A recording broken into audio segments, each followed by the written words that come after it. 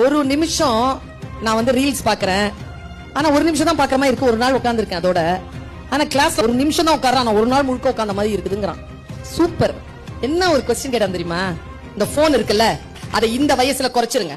Less less. நான் ஏன் தெரியுமா குழந்தை உனக்கு சொல்றேன், கேட்ஜெட்டை வந்து படிப்புக்காக மட்டும் பயன்படுத்து. இது உன்னை வாழ வைக்குமே தவிர அது உன்னை மகிழ்ச்சிப்படுத்தும். அவ்வளவுதான். அது இழுக்கும் உன்னை. அதுக்கு நோ சொல்றதுதான் பெரிய விஷயம்.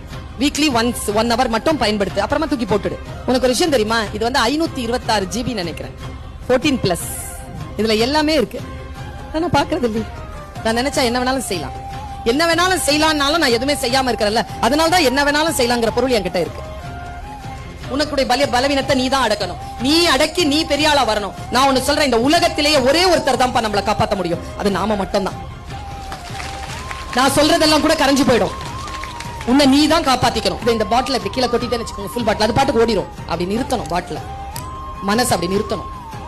படிக்கும்போது அப்படி நிறுத்தணும். முடியும் உன்னால. உன்னால முடியாதுன்னா வேற யாரால முடியும்? நான் சொன்னதை கொஞ்சம் ஞாபகம் வச்சுக்கோ. Have digital fasting.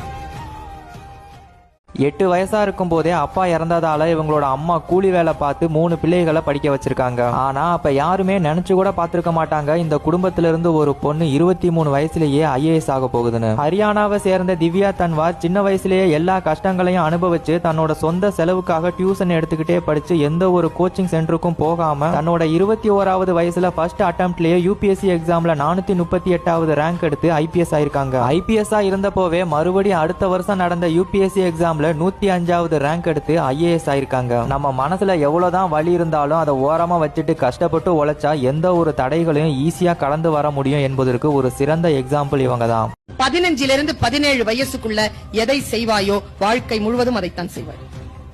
17 to 25 வயதிற்குள் வாழ்க்கையில் எதை முடிவு செய்கிறாயோ அந்த ப்ரொஃபஷன் தான் உன்னுடைய லைஃப் லாங் ப்ரொஃபஷன். இன்னொரு விஷயம் சொல்லவா? அந்த +2 வயசுல இருக்கக்கூடிய பிள்ளைகளுக்கு சொல்றேன், 10th இருக்கக்கூடிய பிள்ளைகளுக்கு சொல்றேன், லவ் மேட்டர்ல எல்லாம் மாட்டிக்காது. இந்த வயசுல சில விஷயங்கள் தோணும். முடிவு பண்ணாத. காலம் ஒன்று கனியும். இன்னொரு 10 வருஷம் இருக்கு உனக்கு. நான் என்ன சொல்றேன், ஒரு 10 வருஷத்துல வந்து சேர போகுது இல்ல, இப்பவே ஏன் தேடி அலையிற?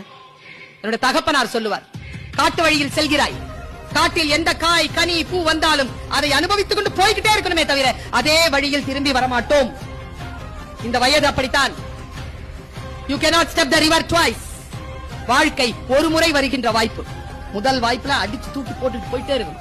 வாழ்க்கையில் கல்வி என்கின்ற ஆயுதத்தை கையில் எடுத்துக்கொண்டு அதிகாரம் என்கின்ற எல்லைக்குள் போய் பொருளாதாரத்தில் பெரியவர்களாகி இந்த தேசத்தையும் இந்த நாட்டையும் இந்த குடும்பத்தையும் காப்பாற்றுகின்ற அத்தனை ஆளுமையும் பெறக்கூடிய ஒற்றை வயதில் இருக்கிறோம். இந்த வயதை போய் வீணடிக்கலாமா?